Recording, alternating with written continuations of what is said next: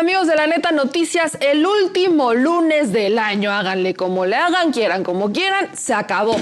Se nos acabó, este es el último lunes del 2019. Y señores, no podemos no decir las netas porque ya saben que decir la neta a nosotros no nos cuesta. Yo soy Meme Yamel y nos estamos viendo a través de las redes sociales en La Neta Noticias, en nuestro canal de YouTube. Suscríbanse, también estamos en Facebook, en nuestras distintas plataformas, en The Mexico News, La Neta Networks, Acústica Noticias y por supuesto también en mi canal de Meme Yamel. Así que cáiganle, suscríbanse, hagan videos en grupo si lo hacen a través de las redes sociales. Pero ¿qué creen? Esto de llegar a los medios tradicionales es una realidad para todos nosotros, los que empezamos en las redes sociales y también nos estamos viendo por televisión y radio. Nos escuchamos, qué chulada. En televisión estamos en el 11:50 de AM en la ciudad de... Dijo, ese es radio. ¿Ya ven?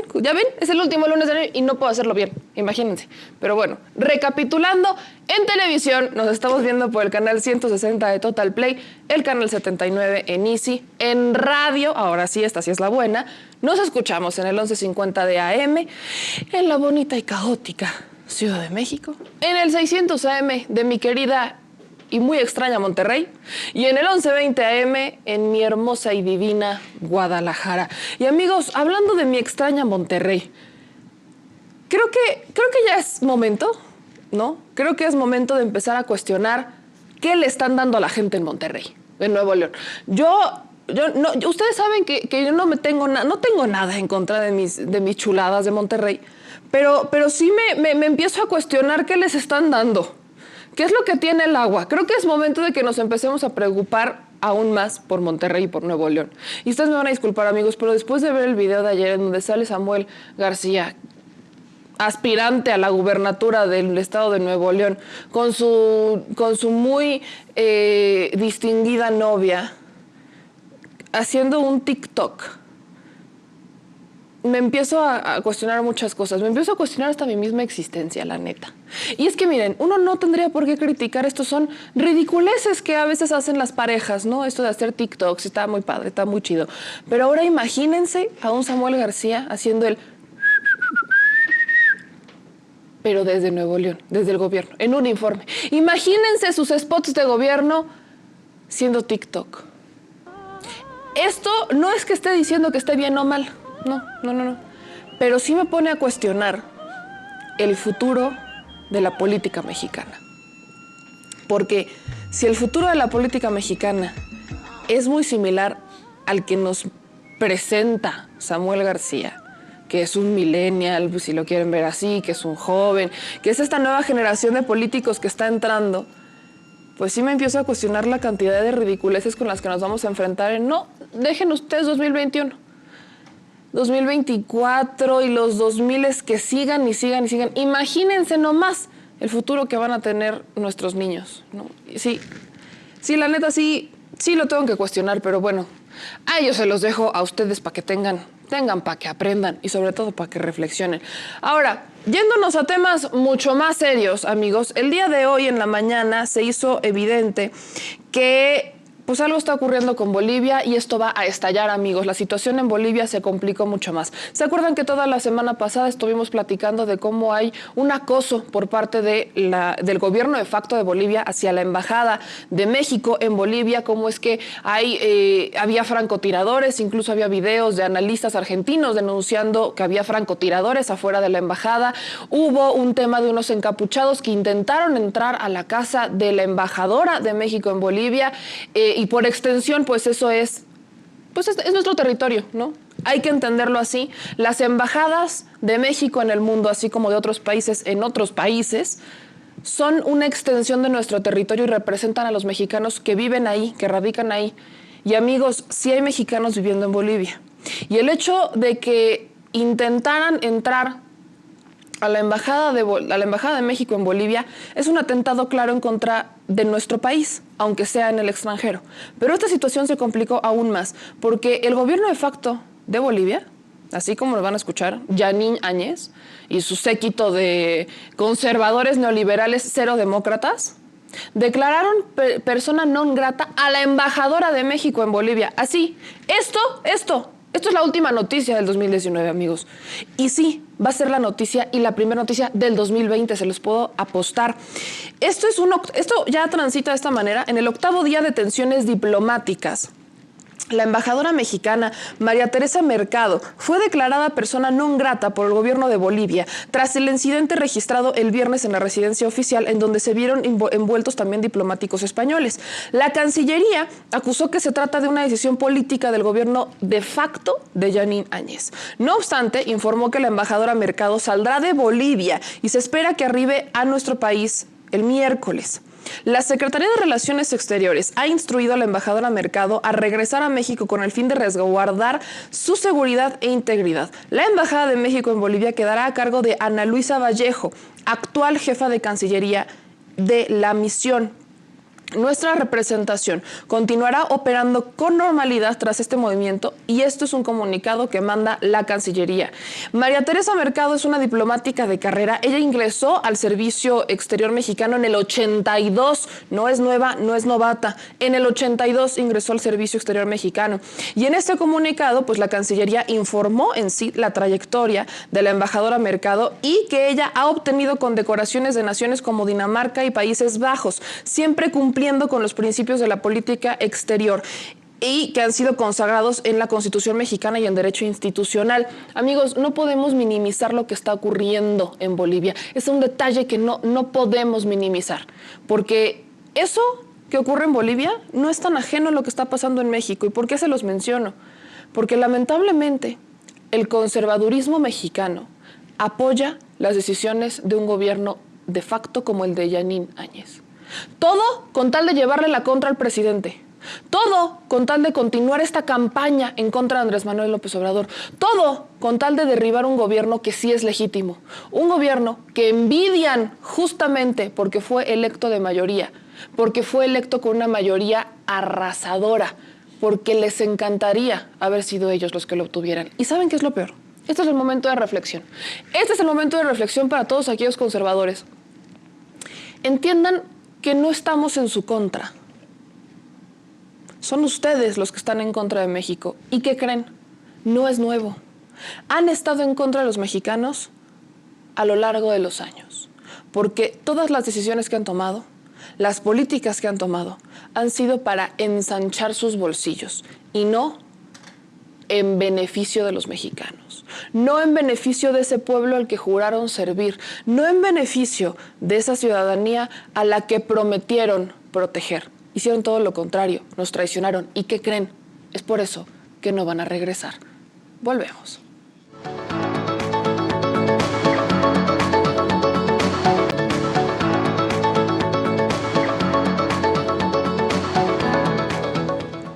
Regresamos, mis amigos, y como les dije, este es el último lunes del año. Y como es el último lunes del año, yo no quería perder la oportunidad de platicar con una persona que considero una amiga y que ha sido parte de las noticias en este año.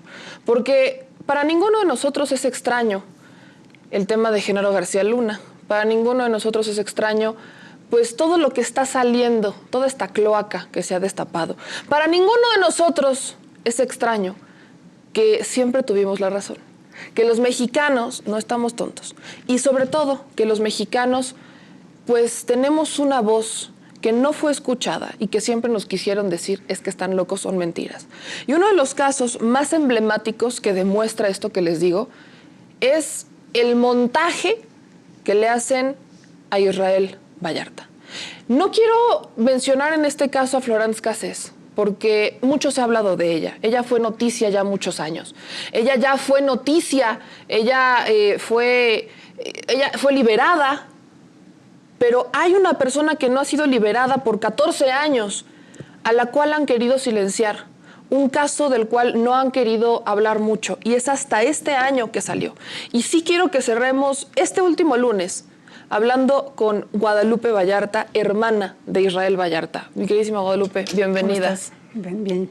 Muchas gracias por venir y muchas gracias por estar acá. Ha sido un proceso muy largo, ha sido un proceso tedioso. Y sí quisiera que le platicáramos un poco a la gente, no sobre lo que se ha escuchado, todas las noticias, porque ya Imagínate, han pasado 14 años y hasta apenas este año volvieron. El tema se retoma, los medios los empiezan a voltear a ver.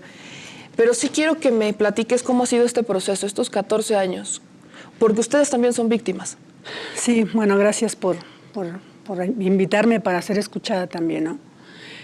Pues ha sido un proceso largo en donde él fue acusado injustamente en un montaje, como todos sabemos, para no repetir, pero aquí las cuestiones es que estuvo pues, involucrada mucha gente y que apenas está terminando de conocer este tema, que estuvo involucrada las televisoras, para se dicen nombres, ¿sí? Nombres que están como Susana Pimentel, Bernardo Gómez y incluso también ministerios públicos. Sabemos Genaro García Luna, que era el director en ese momento de la AFI, Cárdenas Palomino, estaba también Javier Garza Palacios, de un personaje que nadie habla, pero que también ahí estaba. En su momento ellos fueron que torturaron a Israel y vivimos muchas cosas difíciles porque lo detienen y junto con Florence inventando una banda. De momento eran solo 2, pasaron 4 años para que se dieran cuenta que eran una banda de solo 2 personas. Cuando se aproxima que viene la visita de Sarkozy, que anunciaba de alguna manera pues llevarse a Florence, que este no es un asunto, el caso de Israel, él no es, como dicen, un preso político para darle amnistía, ¿verdad? Ese caso se hizo político por el enfrentamiento de dos naciones o de 2 países. Y es donde empieza más el conflicto, porque se dan cuenta que ellos solamente son 2 y había que fortalecer esa gran mentira con otra mentira más, que fue hacer la banda más grande y van por mi familia cuando había personas señaladas en ese expediente, o por lo menos una supuesta investigación que nunca se hizo. Y decían que, por ejemplo, uno de las personas que utilizaron para el montaje, Ezequiel Yair Elizalde, él dice que fue su suegra, la esposa dice que fue la mamá, porque escucha a ella, y que fue el papá, que para un autosecuestro. Ellos hablan de esas cuestiones, incluso ellos señalan a una persona, un tal norteño, es el que dicen que fue el que se hizo el secuestro en complicidad con la mamá de Ezequiel para quitarle dinero al papá porque era codo.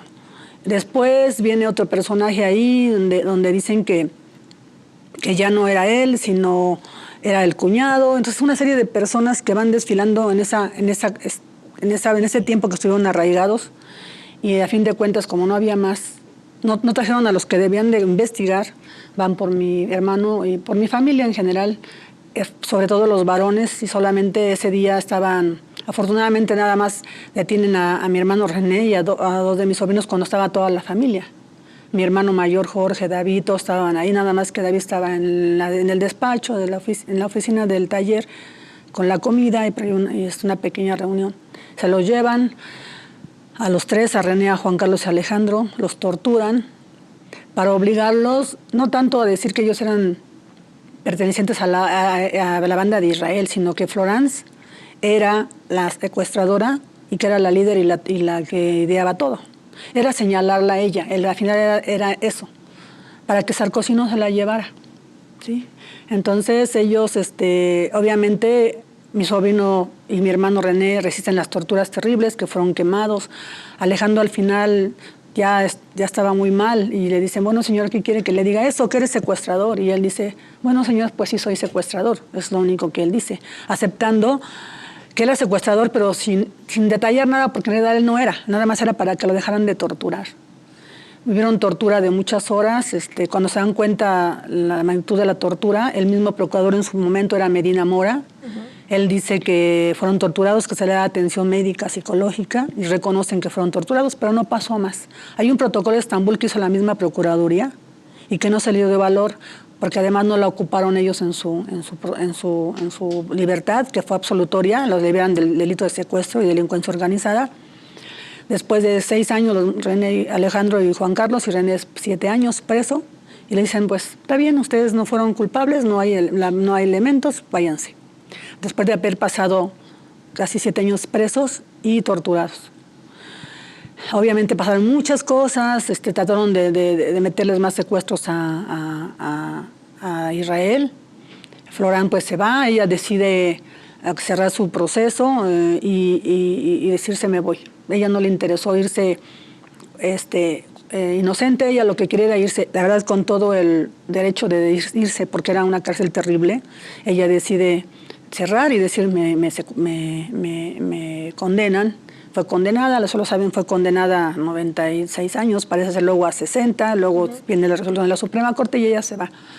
Ella se fue. Israel, sin embargo, sabía también que era más difícil porque él era mexicano, él no tenía un presidente que lo defendiera. Sí.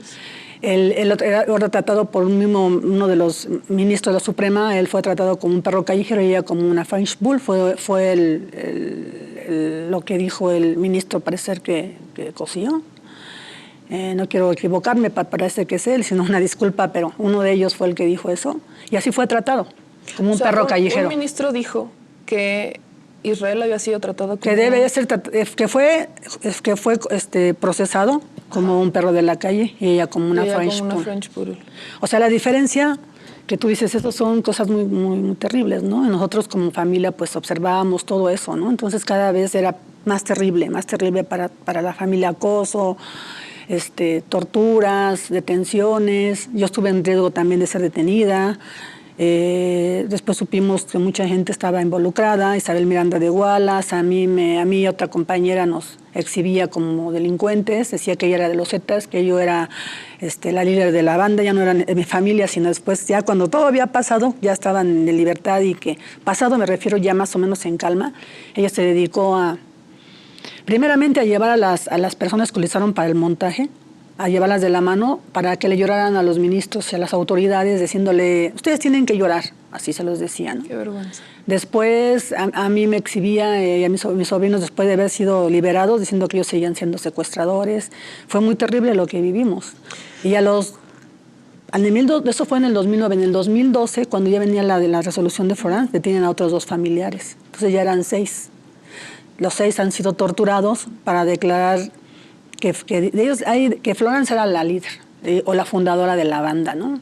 No era tanto para decir, pues ustedes no importan, nos llevamos entre las patas, pero a ella ustedes tienen que decir que ella es la culpable. ¿Por qué? Porque había ya una situación política, ya un conflicto de naciones entre presidentes y ellos no podían quedar mal. Pero no sabíamos que detrás de todo esto existía una mafia.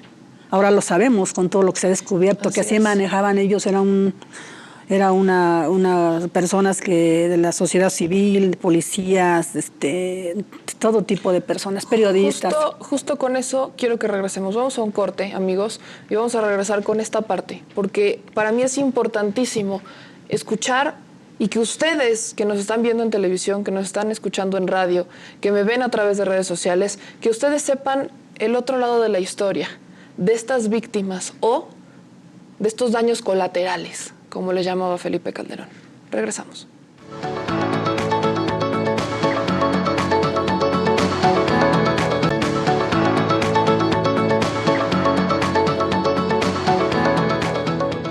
Regresamos, mis amigos, yo soy Meme Yamel y estamos a través de Acústica Noticias diciendo las netas, porque decir la neta no peca, pero incomoda y bastante.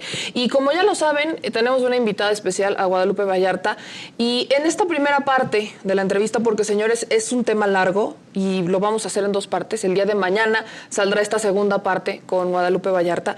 En esta segunda, en este bloque de esta primera entrevista, en el último bloque de esta primera entrevista, quiero que entendamos este contexto en donde, mientras estábamos en esta breve pausa, yo le comentaba justo a Guadalupe que mucho se ha hablado del montaje, ¿no? Que si Televisa, que si Loret de Mola, que si García Luna, que si Medina Mora. Pero hay otros temas que no se han tocado y es cómo es que la familia fue acosada por completo, toda la familia. Ya no dejen ustedes nada más Israel, no, porque no solo es Israel, toda la familia.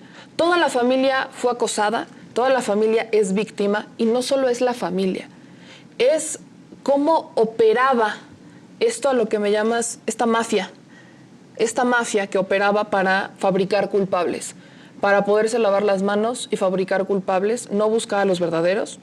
Incluso me atrevería a pensar mal en este tema de ser mal pensados, y es como el gobierno de entonces Felipe Calderón, con tal de legitimar su guerra contra el narco, empezó a fabricar cárteles, empezó a fabricar delitos y empezó a fabricar, así como fabricaba delitos, pues también tenía que fabricar culpables y bandas para poder decir, miren cómo sí estamos trabajando.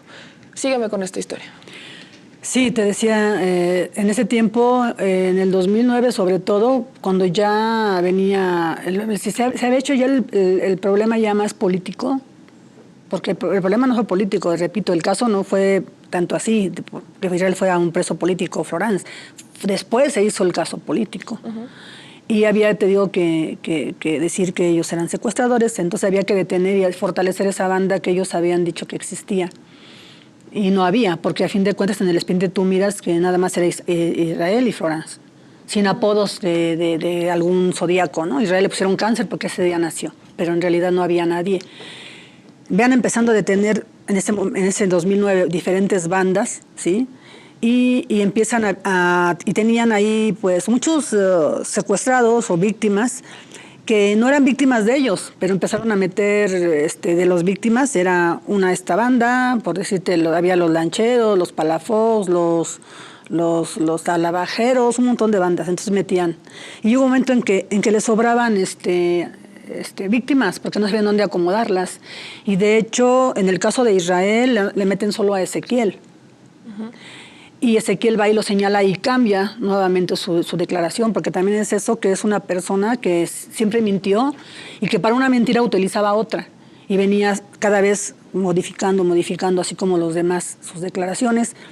La otra señora Cristina, que también acaba diciendo que la violaban todas las bandas, ahora recuerda que ya no son zodiacos, sino ahora son Zacarías y nombres como de ángeles.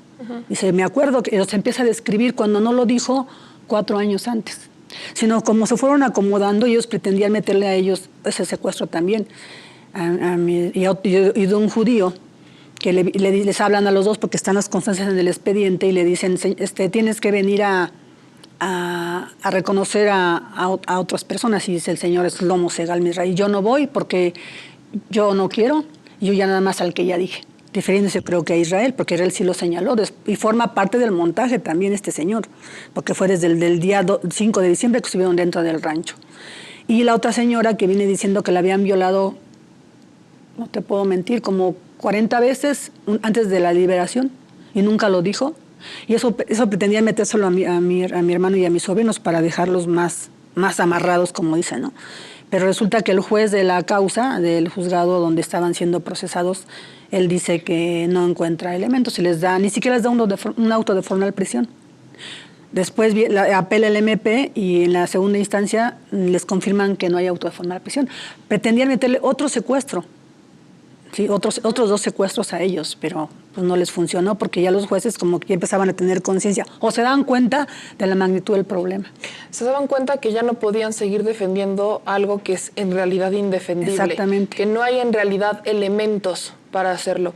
Gracias a Dios, pudieron haberlo hecho y tenerlos mucho más tiempo. Ahorita todavía estuvieran presos. Afortunadamente, pues los tiempos son justos y llegan en el momento, ¿no? Y ellos fueron liberados aún después de 7 años de su vida arruinada. Y es que ese es el tema, amigos. Como les dije, esta nada más es la primera parte de uno de los casos más emblemáticos de este año. Nada más de este año. Y es en realidad injusto porque se está tocando el tema este año. Y es un tema que buscaron que se tocara y buscaron a los medios y buscaron ser escuchados durante más de 14 años. Desde que empezó este asunto, buscó la familia que se escuchara una versión que por supuesto a los medios no les interesaba. Lamentablemente, yo sí quiero decir, tal vez llegamos tarde, pero ya llegamos, estamos aquí y no lo vamos a soltar. Mañana, mis amigos, igual, en punto de las 9 de la noche, vamos con esta segunda parte de la entrevista con Guadalupe Vallarta, hermana de Israel Vallarta, sobre lo que está pasando, cómo termina en ese momento la investigación y cómo es que lo que está ocurriendo este año, este 2019, cambia mucho. Cambia la historia, cambia la narrativa y, por supuesto, también genera consecuencias. Yo soy Meme Yamel, Guadalupe, Seguimos con esta segunda Gracias. parte mañana. Síganos en La Neta Noticias en nuestro canal de YouTube. Suscríbanse a nuestros canales de Facebook, YouTube, Twitter, Instagram. También conéctense con nosotros en Acústica Televisión, en el canal 160 de Total Play, el canal 79 de Easy y en radio. Nos encuentran y nos escuchamos con este intento mío por dulcificarles las netas, que la verdad a veces uno no puede y menos con historias así. Pero estamos en el 1150 de AM en la Ciudad de México, 600 AM en Monterrey y en el 1120 AM en Guadalajara. Mañana la segunda parte de esta historia, no se la pierdan a las 9 de la noche. Adiós.